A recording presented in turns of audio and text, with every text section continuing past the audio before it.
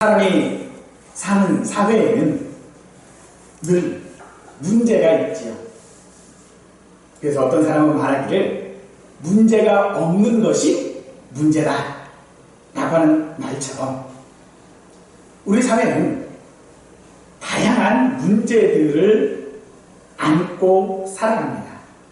그런데 이 문제들은 법률이나 정책 또는 이념으로 해결되지 않습니다.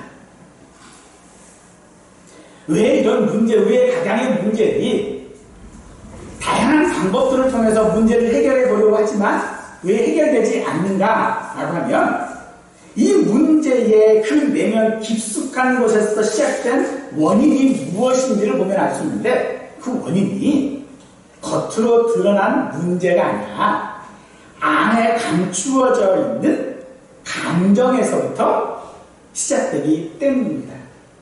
그래서 어떤 사람들이 늘 얘기할 때 그래요. 미안하다고 한마디면 될 거를. 그 말 한마디 안에서 문제를 키운다라고 이야기를 하지요. 그렇습니다. 우리의 모든 문제들은 감정에서부터 시작이 되죠. 우리 교회 공동체도 사실 다양한 문제들이 분명히 있습니다. 그런데 그 대부분의 문제들은요, 우리가 가지고 있는 믿음과는 상관이 없어요. 내가 가진 믿음에 어떤 문제가 있어서 문제가 생기는 것이 아니라 인간관계들 가운데서 문제가 생기죠. 이 역시 감정 때문이라는 것이죠. 그러면 우리의 감정은 우리가 잘 다스리지를 못해요. 내 감정이지만 내 마음대로 통제할 수 있는 사람이 사실 거의 없을 거예요. 자기 감정을 자기 마음대로 통제할 수 있다면 아마 문제는 생기지 않을 것 같아요. 오늘 말씀을 통해서 우리가 가지고 있는 이 감정적인 우리의 문제가 무엇인지를 알고 그 문제를 해결할 수 있는 방법이 무엇인지를 깨달을 수 있는 시간 되기를 원합니다. 고린도 교회는 지리적으로 동서남북을 연결할 수 있는 교통의 요충지에 있습니다. 그렇기 때문에 자연스럽게 이곳은 상업과 무역이 발달한 그런 도시였습니다. 또 이곳은 로마의 식민 도시이면서도 이 로마 사회의 정치적인 영향들을 굉장히 많이 받는 그런 곳이기도 했습니다. 하지만 정작 이곳의 문제는 바울 당시 이 고린도에는요, 심각한 기근들로 인하여서 여러 해 흉년들로 인하여서 경제적인 상황이 굉장히 나빴습니다. 상업과 무역의 중심이 되어져 있는 도시이긴 했지만 다른 지역에서 기근들이 계속돼 버리니까 경제활동이 안 되는 거예요. 늘 경제활동, 무역으로 먹고 살아야 되는 도시인데 이게 안 되는 거예요. 무역이 안 되는 거예요. 그래서 심지어 어떤 일까지 생기냐면 당시에 이 로마에 있었던 젊은이들이 결혼을 해야 되나? 내가 결혼하면 먹고 살 수 있나? 하는 그런 고민까지 했다라고 합니다. 바울 역시 바울은 자기량으로서 선교하던 사람이죠. 그런데 바울은 특히 이 고린도에서 천막 짓는 일들을 하지요. 브리스길라와 아굴라 부부를 통해가지고 천막 짓는 일들을 했어요. 그 천막 짓는 일들을 한 이유가 뭐냐면 바로 교회에 그런 부담들을 주지 않기 위해서 했던 것들로 우리가 보여집니다. 또한 이 고린도 교회는 브리스길라와 아굴라 부부를 통해 세워진 교회이고 이 교회는 바울이 1년 6개월 동안 머물면서 가르치고 전도했던 곳입니다. 그래서 그곳에서 첫 회심자였던 스테바나 가정과 회당장이었던 그리스보 그리고 또 가이오 이와 같은 가정들을 열매로 얻었던 그런 교회이기도 합니다. 이 교회는 처음 전도된 사람들을 통해서도 우리가 알 수 있겠지만은 다양한 구성원들이 포함되어져 있는 교회였습니다. 다양한 구성원이라고 하는 것은 누구를 말합니까? 그 당시에 있었던 고위층들, 권력자들 뿐만 아니라 상업을 하는 사람들, 무역을 하는 사람들, 거기에 딸려져 있는 노예들, 그리고 가난한 일반 어떤 신자들까지 정말로 그 교회 안에는요 다양한 사람들이 모였어요. 오늘날 교회라는 말이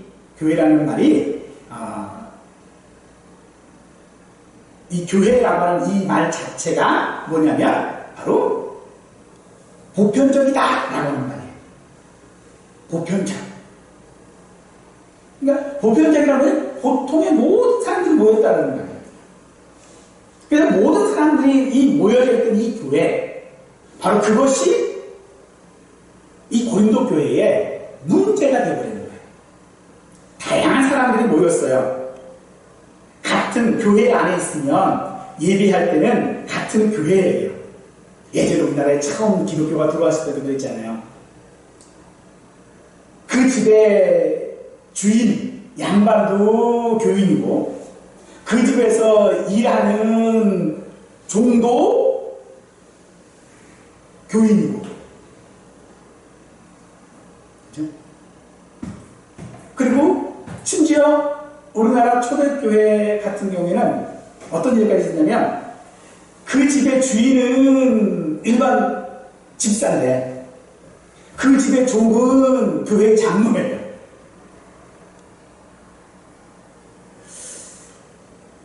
신분의 높낮이들, 경제적인 차이들, 그런 구성으로 있었던 사람들이 교회의 한 공간 안에 한 공동체의 한 지체가 되어지고 나니 문제가 생기는 거예요.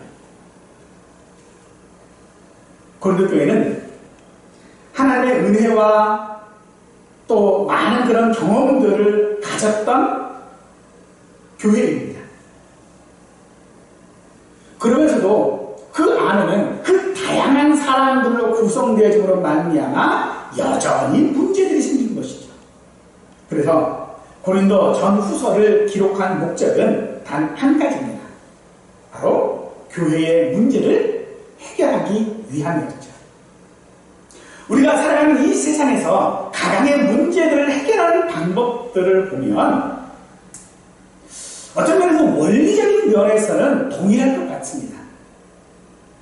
교회 공동체도 그런 원리적인 면에서 해결해야 되는 일들이 많은데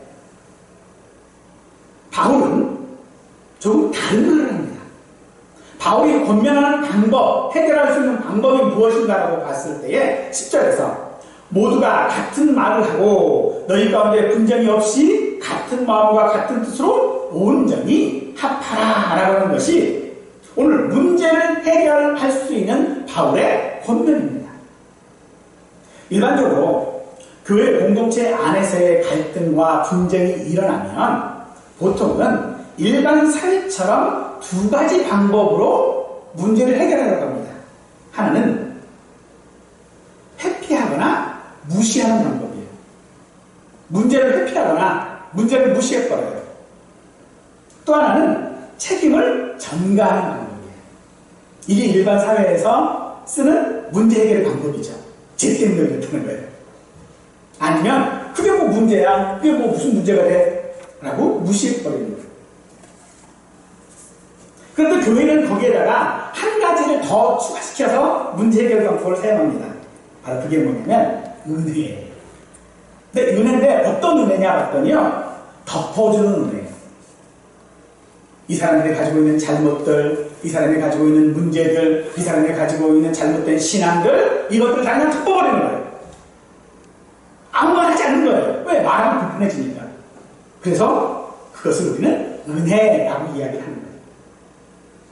하지만 그 은혜는요, 싸구려 은혜입니다.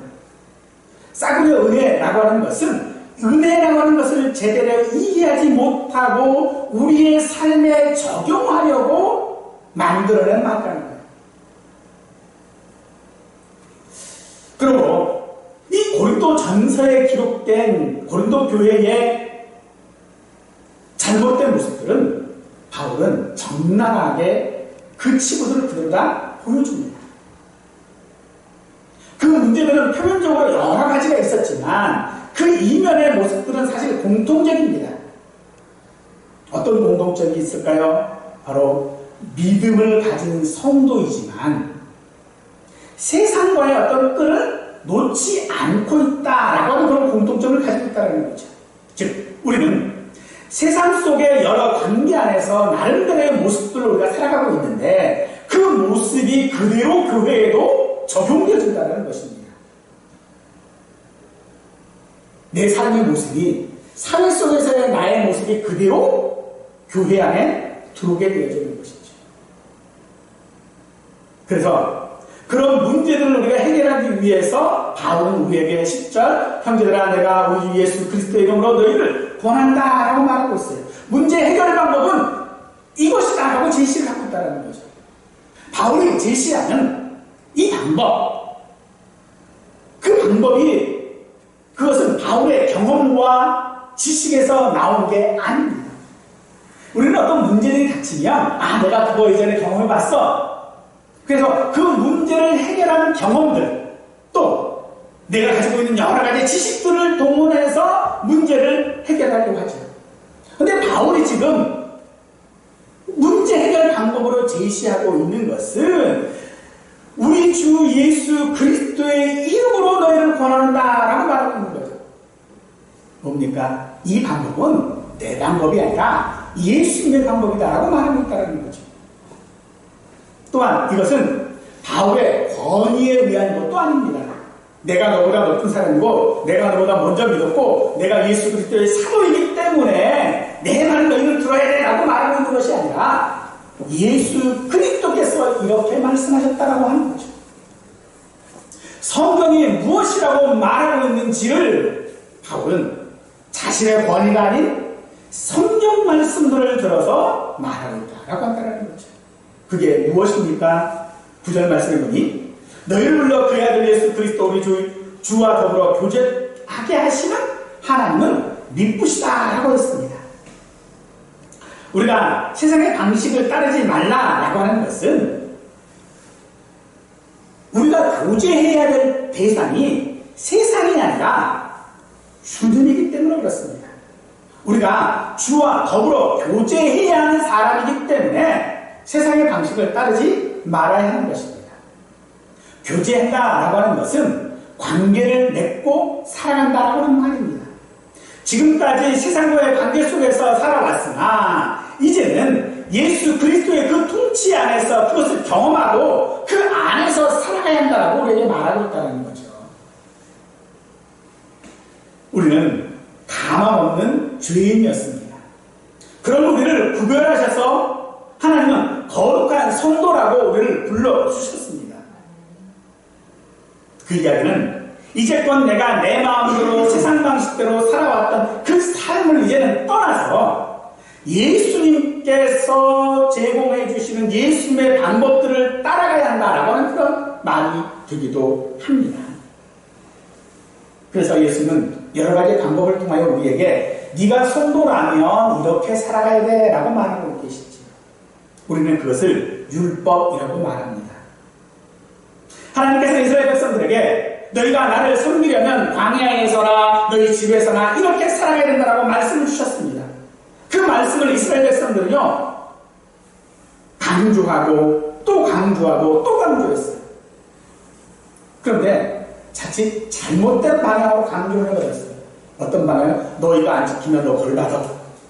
이거. 네가 성도라면 이렇게 살아야 되지 않냐? 너 그렇게 살아가지 않는다면 너 벌받아.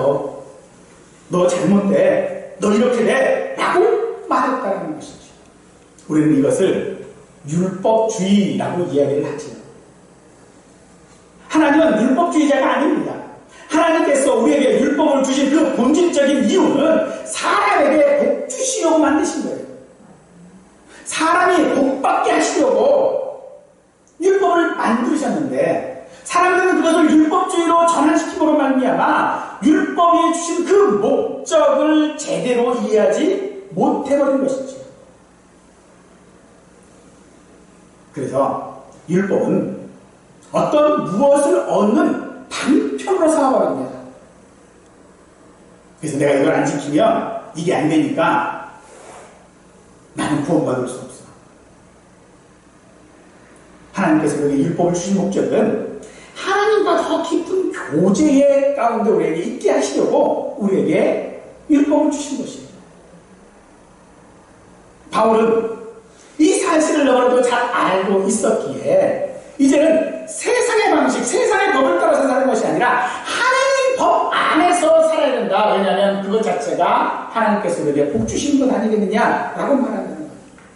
그리고 그 복 주시려고 우리에게 율법을 주신 그 하나님은 미쁘시다라고 말하고 있습니다. 이는 충실하다라고 하는 그런 뜻입니다. 이 땅에 있는 모든 일들이 하나님의 섭리에 의한 것임으로써 하나님을 미쁘시다라고 말하는 것은 현재나 미래 모두에 있어서 우리 성도의 존재를 보증하는 유일한 방법입니다. 하나님이 미쁘시지 않으시면 우리가 성도라고 하는 것이 보증이 안 돼요. 왜 보증이 안 돼요? 내가 율법을 어기면 벌 받아야 돼요. 내가 어떤 죄를 지었으면 그것에 대하여 내가 그 대가를 다 치러야만 하거든요. 그런데 하나님께서는 우리를 미쁘신 분이시기 때문에 내가 성도인 것 때문에 그 성도인 것을 지키시기 위하여서 바로 그 모든 것들을 뛰어넘도록 만드신다는 것입니다. 아브라함에게 속에는 그 약속들을 확인해 볼 수 있습니다. 하나님께서 아브라함에게 약속하셨던 것들을 모세를 통하여서 이루셨죠. 또 독생자 예수 그리스도를 통하여 우리 안에 이루셨습니다. 그 이루신 일들에 대하여 로마서 11장 19절은 하나님의 은사와 부르심에는 후회하심이 없느니라 라고 말하고 있습니다. 하나님은 후회하지 않으시는 분이시에요. 우리를 택하시고 우리가 하나님을 배반하고 하나님 앞에 잘못된 신앙의 예들을 하고 세상 앞에서 빛과 소금의 까지를 감당하지 못한다라고 하는 것 하나님은 너라도 잘 알고 계십니다. 그럼에도 나를 택하신 것에 대해서 죄의 모습들 가운데서 헤어나지 못하는 나를 택하신 것에 대하여서 후회하지 않으신다는 거예요. 왜요? 하나님은 미쁘시기 때문인 것입니다. 구약성에 보면 이런 얘기가 하나가 있어요. 여러분이야 2장 이하의 말씀을 보면 거기에 엘리사가 나옵니다. 이 엘리사는요 대물이에요. 그래서 어떤 소년들이 이 엘리사를 보고 놀려요. 야 저기 대머리는 던나. 엘리사가 화가 났어요. 그래서 하나님 앞에 하나님의 이름을 걸고 저주를 해요. 그랬더니 숲속에서 암콩 2마리가 갑작스럽게 나타나가지고 이 소년들을 그냥 아빠라고 그냥 막 후려쳐버리는 거예요.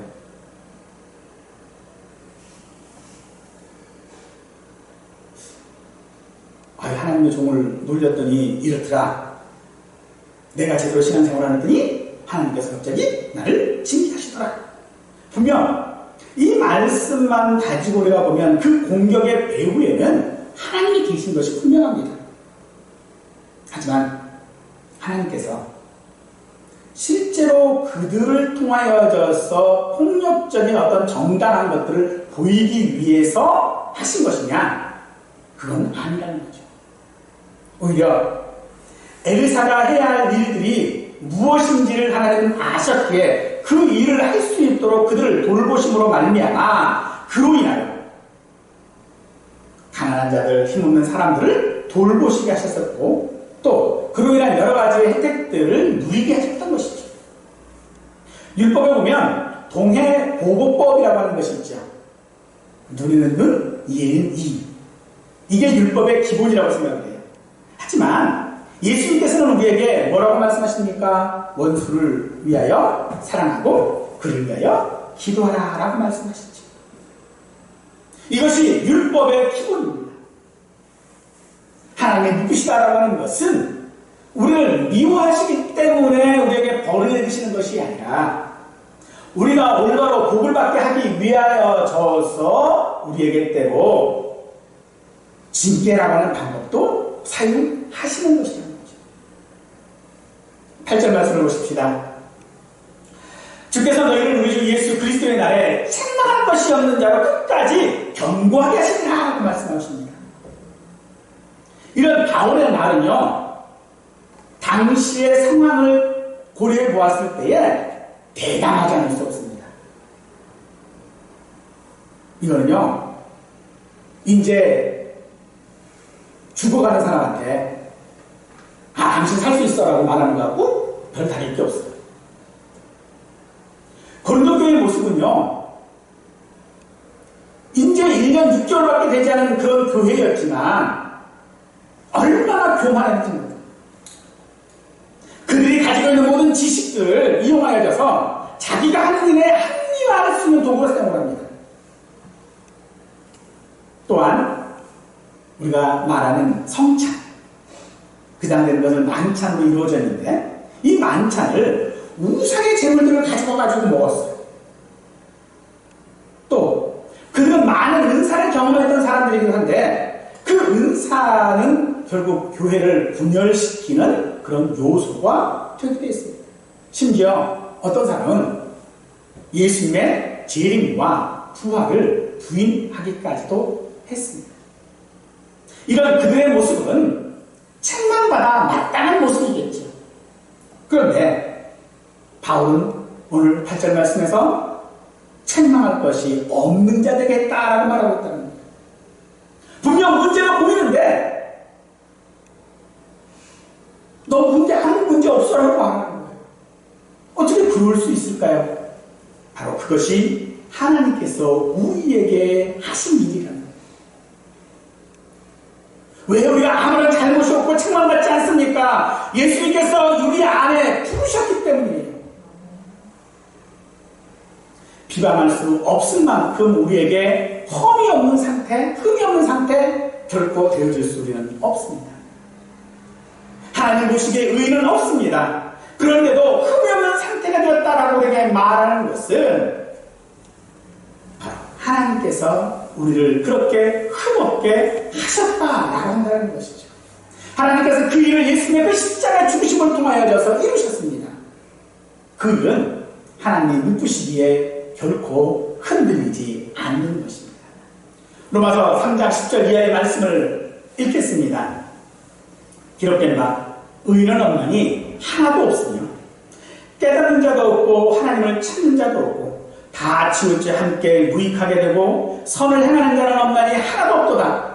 그들의 목구멍은 열린 무덤이요 그 혀로 속임을 일삼으며 그 입술에는 독사의 독이 있고 그 입에는 저주와 악독이 가득하고 그 발은 피 흘리는데 빠른지라. 파멸과 고생이 그 길에 있어 평강의 길을 알지 못하고 그들의 눈앞에 하나님을 두려워함이 없느니라 함과 같으니라.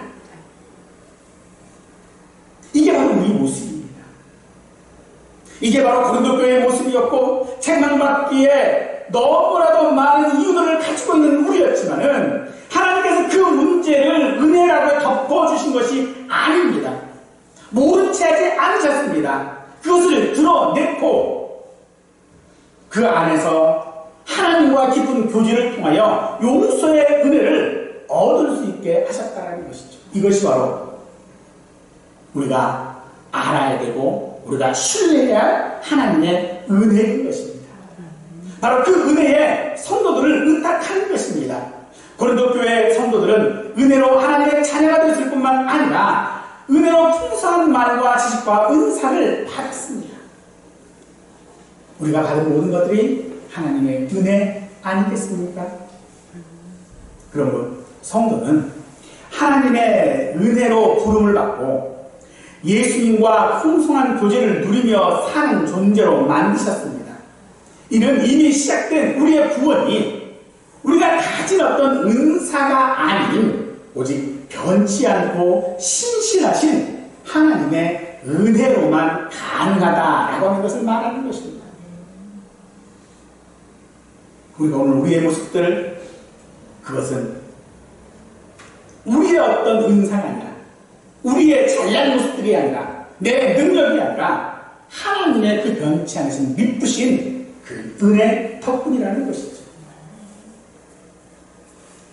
감정이라고 하는 것이 뭘까요?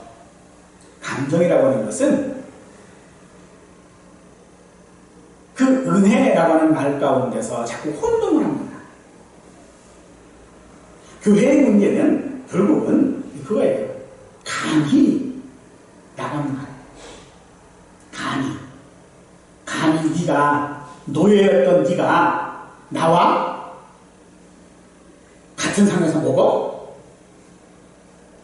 가진 것 하나도 없는 네가 나랑 같이 형제긴 그러면서 같이 대화를 해?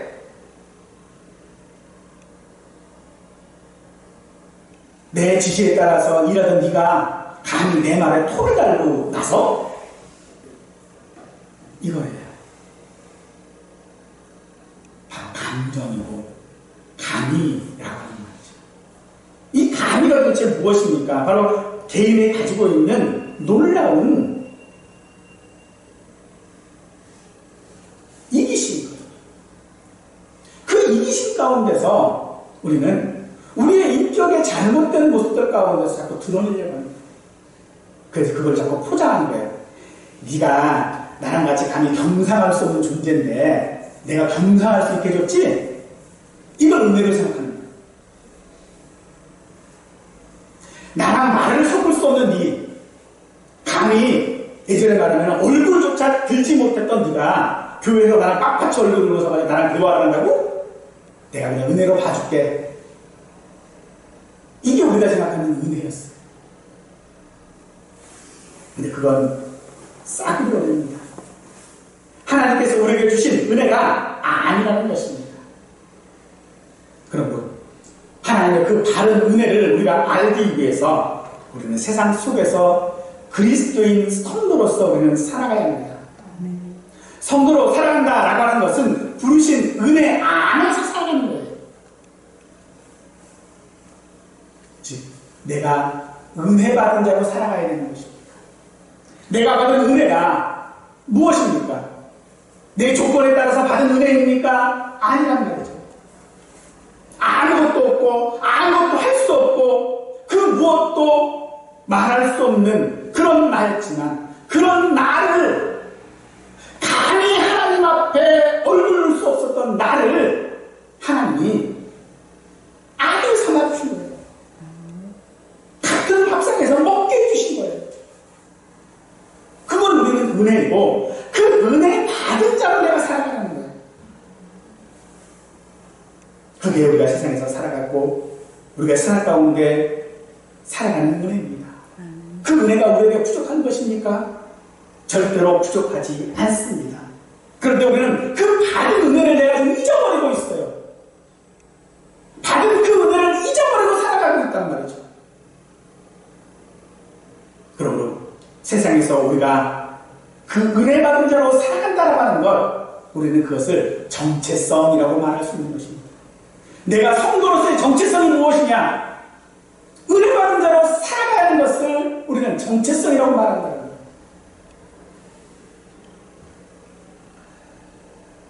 그래서 우리는 세상에서 모두가 같은 말을 하고 너희 가운데 분쟁이 없이 같은 마음과 같은 뜻으로 온전히 하라 라고 우리에게 말하고 있는 것입니다. 이게 무슨 말입니까? 우리가 온전히 합할 수 있었던 것, 아니 우리가 감정이 아니라 모든 문제를 은혜 가운데 해결할 수 있는 것은 내 말과 생각의 영역까지를 다 포함하는 것이다라고 말하는 것이죠. 이 말은 무엇이냐면 행동 앞에 나를 내가 누구인지를 알고 그것을 말로 통하여 온전하지라는 거예요.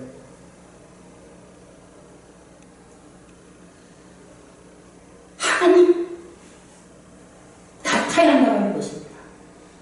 그저 우리 안에서 어떤 생각들이 통일되어지고 같은 어떤 목소리를 내고 하는 것을 말하고 있는 것이 아니라 하나님의 마음으로 말하는 거예요. 하나님의 마음으로 그렇게 살아가야 한다라고 말하는 것이죠. 그래서 이 온전히 합하라라고 하는 이 말은 기계의 부속품을 조종하여 정상적으로 움직이다라고 하는 그런 뜻이에요. 부속품은 다 있어요. 우리에게는 은혜도 있고요, 은사도 있고요, 지식도 있고요, 사랑도 있습니다. 그런데 그것이 우리의 삶 안에서 온전히 합해지지 않으면 우리는 삐거덕대일 수밖에 없고요, 다른 믿음의 생활들을 해나갈 수가 없다라는 것이죠. 그래서 우리가 어떻게 해야 합니까?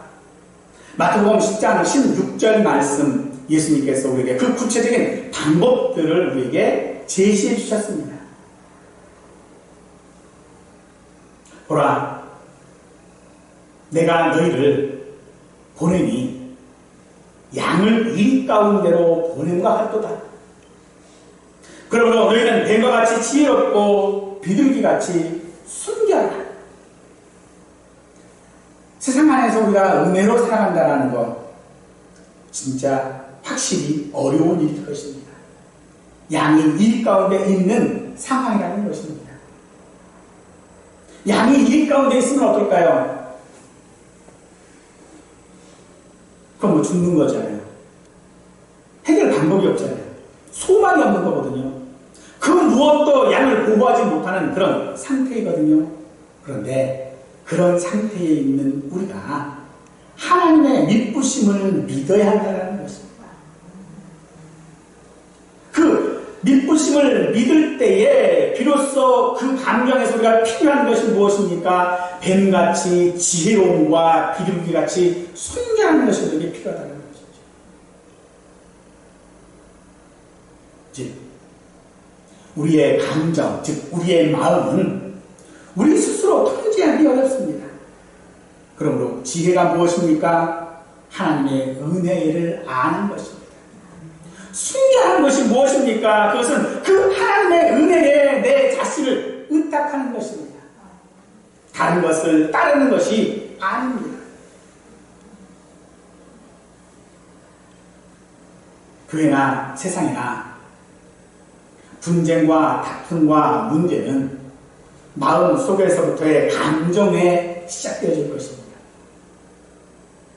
이 감정은요, 서운함이고 잘못된 자기애입니다. 서운하잖아요. 감정이 왜 생기냐면 서운함 때문에 생기는 거예요.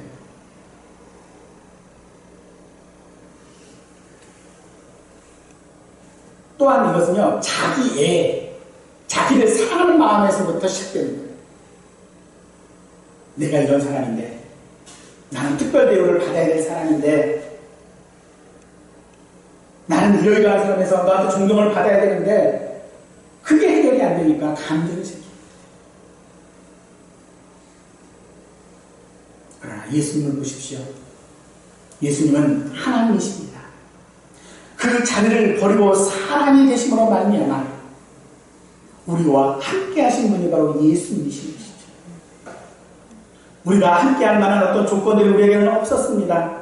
그런 우리에게 하나님은 은혜를 베푸셨으니 그 받은 은혜를 이제 우리가 나누어야 하는 것입니다.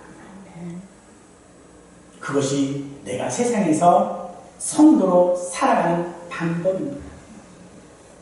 여러분에게 있는 것을, 여러분이 나눌 수 있는 것들을 나누라는 것이 아니라 여러분이 받은 은혜를, 그 은혜로 내가 살아갈 때에 그것이 세상과 문제들을 나누는 것입니다. 또한 문제를 해결할 수 있게 만드는 것이죠.